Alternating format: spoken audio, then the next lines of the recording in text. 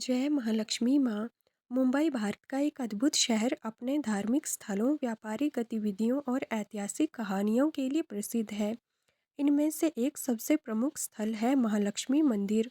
यह मंदिर देवी महालक्ष्मी को समर्पित है और अपनी स्थापना की कहानी के लिए प्रसिद्ध है, जो संघर्ष और विश्वास और देवी के आशीर्वाद से भरी हुई है।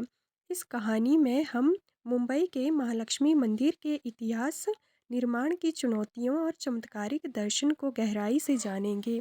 बात है 18वीं सदी के अंत की, जब मुंबई का विकास तेजी से हो रहा था। समुद्र का पानी यहाँ के जीवन पर संकट बनकर उभरा। यह वो समय था जब व्यापारियों का एक समूह, जिनमें राम जी और शिवाजी जैसे युवा इंजीनियर्स शामिल थे, मुंबई के तट पर बुनियादी ढांचे के निर्माण के लिए जुटे थे। समुद्र का जल स्तर बढ़ रहा था और यह व्यापार के लिए चिंता का विषय था। इस संकट के बीच ब्रिटिश गवर्नर जॉन हॉर्नबी ने समुद्र की लहरों से तट की सुरक्षा के लिए एक महत्वाकांक्षी योजना बनाई। उनका लक्ष्य था वर्ली द्वीप पर बांध का निर्माण करना, लेकिन इस कार्य को पूरा करना आसान नहीं था, क्योंकि इसके लिए न केवल तकनीकी विशेषज्ञता की जरूरत थी, बल्कि प्रशासनिक अनुमतियों की भी आवश्यकता थी। तब हॉर्नबी ने अपने प्रयासों में कई बाधाओं का सामना किया। ईस्ट इंडिया के व्यापारियों ने इस योजना का विरोध भी किया।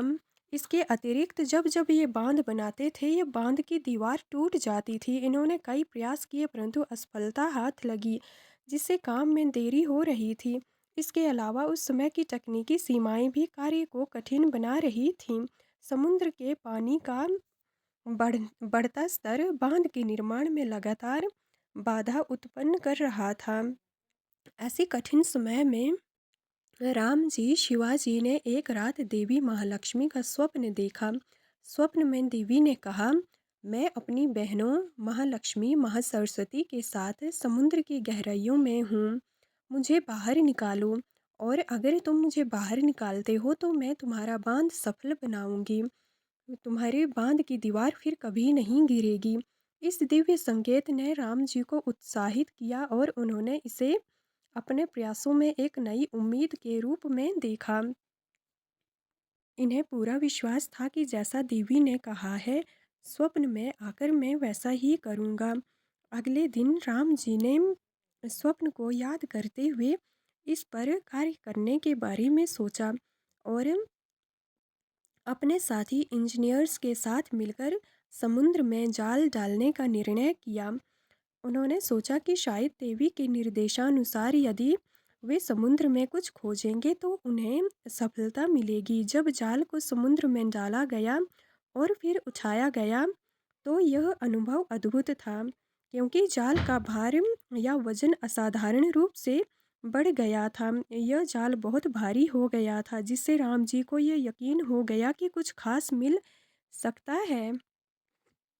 जब जाल को खोला गया तो वहां से 3 अद्भुत मूर्तियां प्रकट हुईं, देवी महालक्ष्मी, महासरस्वती और महाकाली। यह दृश्य राम जी के लिए एक चमत्कार था। यह मूर्तियां केवल धार्मिक महत्व की नहीं थी, बल्कि यह एक नई अलग आशा और विश्वास का प्रतीक थी। राम जी ने तुरंत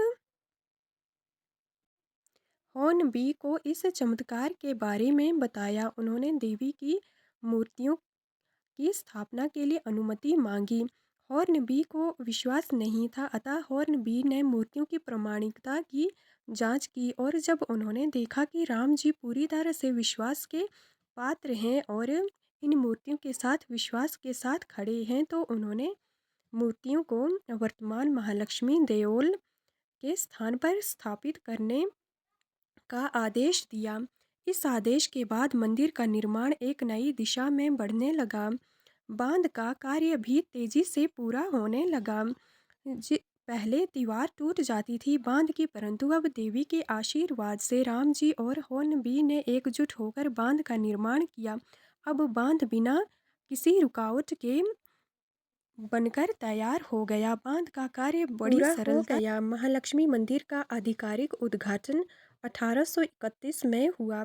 जब इसकी स्थापना पूरी हुई, रामजी शिवाजी ने इस मंदिर के निर्माण पर 80,000 रुपये खर्च किए, जो उस समय में एक बहुत बड़ी राशि थी। यह मंदिर अब न केवल एक धार्मिक स्थल था, बल्कि यह मुंबई के व्यापारिक समुदाय के लिए भी एक महत्वपूर्ण केंद्र बन गया। मंदिर की संरचना अत्यंत खूबसूरत थी। यहाँ देवी महालक्ष्मी की मूर्ति कमल के फूल पकड़े हुए थी, जबकि महासरस्वती और महाकाली की मूर्तियाँ भी उनके पास आसपास थीं। और इन मूर्तियों की खूबी, इन्होंने एक नथ पहनी थी। तीनों देवी मूर्तियों को सोने के आभूषणों और मोतियों से सजाया गया था, जिससे उनका आभा मंडल और भी बढ़ गया था। महालक्ष्मी मंदिर में हर साल नवरात्रि का उत्सव धूमधाम से मनाया जाता है। इस दौरान पूरा क्षेत्र रंग बिरंगे फूलों, रोशनी और भक्तों से भर जाता है। लोग दूर दूर से यहाँ आकर देवी की पूजा करते हैं और उनकी कृपा प्राप्त करने की कामना करते हैं। नवरात्रि के समय मंदिर के परिसर में विशेष धार्मिक कार्यक्रम और भजन कीर्तन आयोजित किए जाते हैं, जो श्रद्धालुओं को आकर्षित करते हैं। मंदिर के आसपास छोटे छोटे स्टॉल हैं, जहां फूल, माला और पूजा की अन्य सामग्रियां बिकती हैं। ये स्टॉल औरतों और आदमी दोनों, पुरुषों और महिलाओं दोनों द्वारा चलाए जाते हैं। ये स्टॉल भक्तों को देवी की पूजा में सहायता करते हैं और मंदिर के वातावरण को भी भक्तिमय बनाते हैं। इनकी खूबसूरती मंदिर को और आकर्षित करती है। महालक्ष्मी मंदिर न केवल एक धार्मिक स्थल है, बल्कि यह समाज में भी महत्वपूर्ण भूमिका निभाता है। यहाँ आने वाले भक्तों की संख्या दिन प्रतिदिन बढ़ रही है और यह स्थान न केवल पूजा पाठ के लिए, बल्कि आस्था, प्रगति और सामाजिक गतिविधियों के लिए भी एक केंद्र बन चुका है। हालांकि महालक्ष्मी मंदिर का इतिहास समृद्ध है, लेकिन इसे भी कई चुनौतियों का सामना करना पड़ा। समय के साथ शहरीकरण और विकास के कारण मंदिर के आसपास क्षेत्र में कई बदलाव आए। इसके बावजूद मंदिर का संरक्षण और पुनः निर्माण हमेशा प्राथमिकता में रहा है। स्थानीय प्रशासन और भक्त मिलकर इस धार्मिक धरोहर को संरक्षित करने के लिए प्रयासरत हैं। महालक्ष्मी मंदिर की कहानी न केवल देवी महालक्ष्मी की महिमा को दर्शाती है, बल्कि यह हमें सिखाती है कि विश्वास और साहस से हम किसी भी बाधा को पार कर सकते हैं।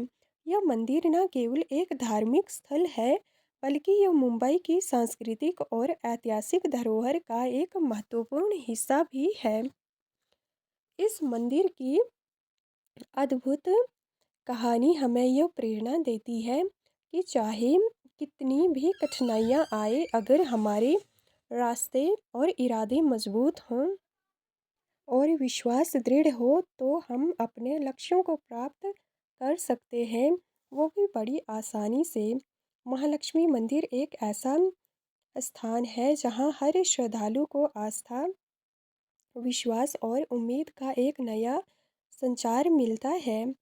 महालक्ष्मी मंदिर की कहानी एक प्रेरणादायक कथा है, जो न केवल धार्मिक भावनाओं को जागृत करती है, बल्कि हमें सिखाती है कि जीवन में आशा और विश्वास हमेशा हमारे साथ होते हैं। जय महालक्ष्मी माता।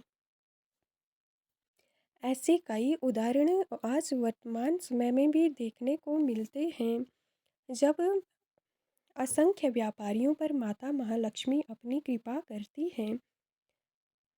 ऐसा माना जाता है कि जो भी व्यापारी माता महालक्ष्मी के दरबार में इनका आशीर्वाद लेने जाता है, उसे सफलता अवश्य